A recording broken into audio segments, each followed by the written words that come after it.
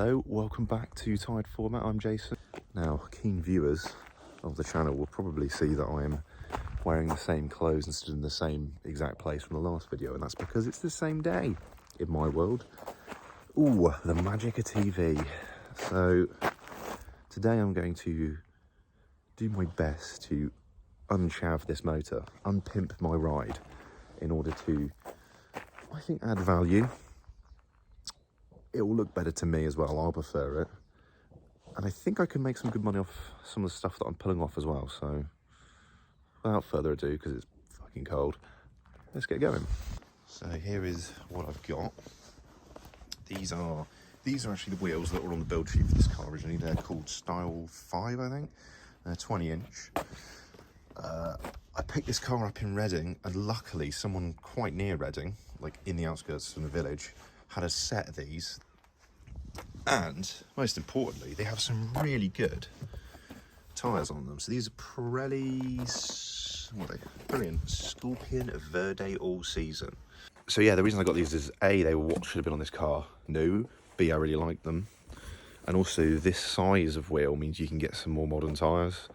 As much as I like the 19s, your tyre choices are sort of not as great in terms of like modern road tyres. So these have got some good Pirelli Scorpion Verde things on them. And also I wanted to get rid of these, which have budgets in all corners, which are odd.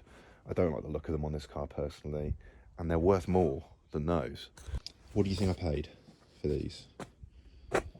Bearing in mind these tyres new are 150, 200 quid, maybe more actually, over 200 quid new. Well, I got all these for 350 quid, and I picked them up on the way home from picking up the car, so it was a bit of a win-win really. Now I'm looking at sets of these on eBay, and they seem to go in good condition, granted, for nearly £1,000 some of them. I just want about 600 quid to get rid of them. That means I'm 250 quid up on this car already if I sell them for that. And I really hate selling wheels, by the way. It just gets some absolute drongos. Moving on, ignoring the fact that it looks like a bit of a mess with all my toolkit here, but I've bought some original grills, which are not the best nick, but these are actually quite hard to find for a facelift. So the pre-facelift had 2 vanes, and these have 3. These came as a set from somewhere in Scotland, the breakers actually, and again, it's what it should have, from what I can work out for the build sheet. They were 40 quid. These grills new go for over 100. Again, if I can just get my money back for these plastic items, I'll be happy. So yeah, I'm gonna get it all jacked up. Probably just gonna use the Widowmaker in the boot, you know. Yeah, fuck it, I'll just use the Widowmaker in the boot. If this is the last video you see of me, I'm sorry, Mum. Yeah, I'm sure it'll be fine. I've got my impact gun, which is really annoying me. By the way, the reason I'm out of breath is because I'm massively unfit. Well, it is. But these things were fucking welded on. This is also probably going to be the heaviest wheel I've ever lifted off a car. Oh, there we go. Yeah, I just won't lift it. That makes it easier, doesn't it? There you go. It's a genuine wheel. Genuine wheel. Genuine. Oh, very genuine. Right. These are some proper chintzy fucking things, aren't they? Oh dear. So much better.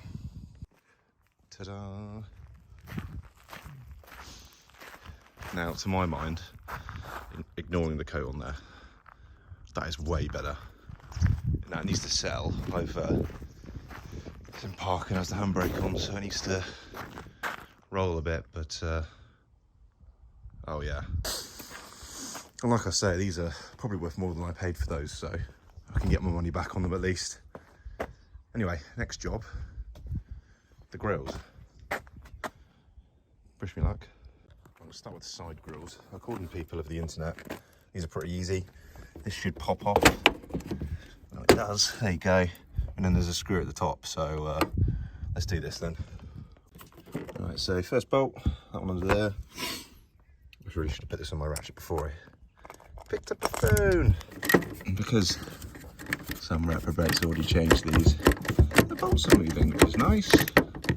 Imagine this was a standard car when I was fitting these. These would probably be a right rusty bitch.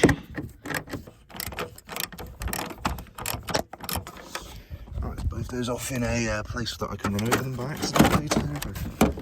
I think. God. There we go. Oh, a bit of an inner grille to this. Okay. Yes, there's another inner grille here, which I guess is because these are so open. This already has them quite closed off, so it doesn't even have the clipping points for that inner grille. So I'm just going to bang it straight on. Got these little slots that line up on the front as I scratch the shit out of the grill. Maybe if I open it a bit more. How about I do that? Yeah, go on, Jason. That makes more sense, doesn't it? I mean, if you care about your paint, you should probably put some tape on here or something. That is all bolted up now. People of the internet did not lie. That was very easy. Now, if you're watching this and you're going to comment, it's scratched. Well, like I say, the whole car is, and I mean, what I've done there. What a state, eh? I'm already absolutely loving that change. Simple things like that, I think it just adds so much value to the car, to me anyway. So yeah, I'm going to do the front grille next. On camera anyway, I'm going to do the front grille next. And then you'll be ready to go, I think. I do have to load these in. Oh, Jesus Christ. Other side done. That still doesn't fit quite right, but meh. I've got some clear ones coming for these. It is actually meant to be clear. I just want to be clear. Yeah, the early cars had orange ones, later cars had clear ones, so yeah, as much as I love orange indicators, I'll put the clear ones on to be correct with factory specifications. Next job is this. Oh, it would be a different bloody size, wouldn't it?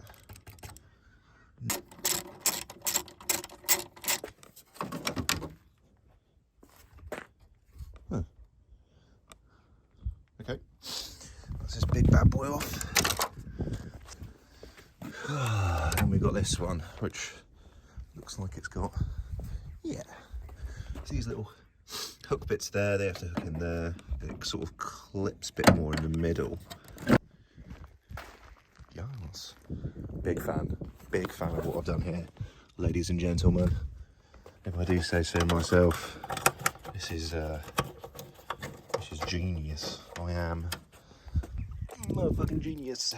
Pièce de résistance. Oh.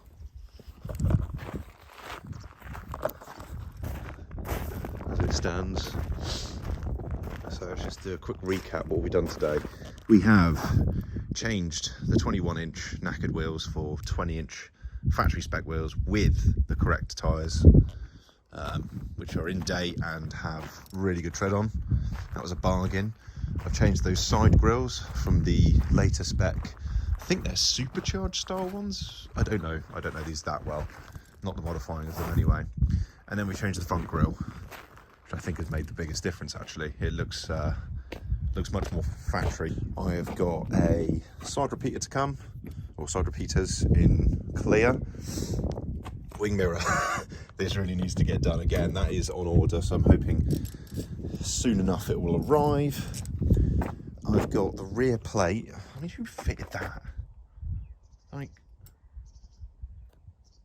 was he like really cross-eyed or something? Like, it's really wonky. It's wonky in all directions, but it also is the wrong size.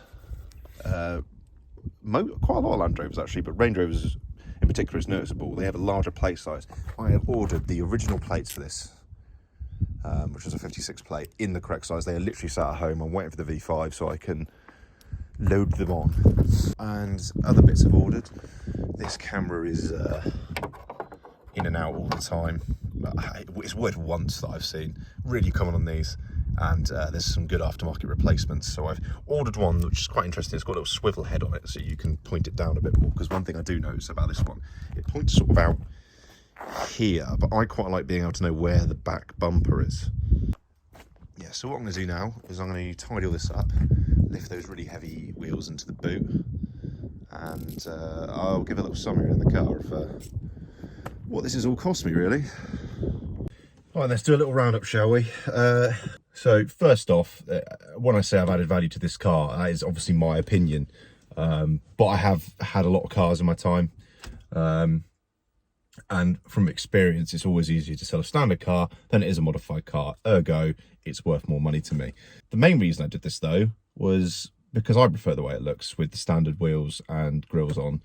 And there's still some stuff I want to do, like remove the rear tints and things like that as well. So to me, I think it looks better on the smaller wheels. I think it looks a bit more classy, a little bit less chatty, I'll say it. But having said that, I don't want to offend anyone who does buy this stuff and like stick it in their car. At the end of the day, if you're modifying a car, it's for you. It's not for the next buyer. But anyway, how much does this cost me? Well, you all know the car was $3,700 with the MOT, so we can add that on there. I spent about 350 quid on the wheels. In fact, I did spend exactly 350 quid on the wheels. The grills, I think, were around £40. And there's been some other bits I bought. So I bought the side indicators. I think they were about 10, 15 quid. The boot struts that are on their way as well, they were about 12, 13 quid. The most expensive part I bought was that replacement backup camera. That came in at just over £100. My goal is to try and sell the grills and the wheels for enough to sort of cover some of that. I'm not greedy. I'm not going to ask any money for them. I'm just going to get rid of them. But equally, I'm not going to sell them for free. So one thing this is really overdue is a service. It was last done, I think 2019 or something, and it hasn't done massive miles since then. But an old car like this, you should serve it yearly regardless. You should service it yearly regardless. And also the transmission oil and stuff hasn't been done. I have two trains of thoughts on this. You know, part of me is like, if it ain't broke, don't fix it. But part of me thinks that this gearbox, as smooth as it is, I bet if I do the oil and filter in it, it'll probably be even smoother. Anyway, so yeah, I think my next jobs on this will be a big service. I'll go up to my man Dan at Toff's Turbos for that. So yeah, you'll get to meet him and all that jazz. And then I've got a few other cars lined up. I've got one that I own that's been my daily for a bit of a while. Actually, it's a Audi TT.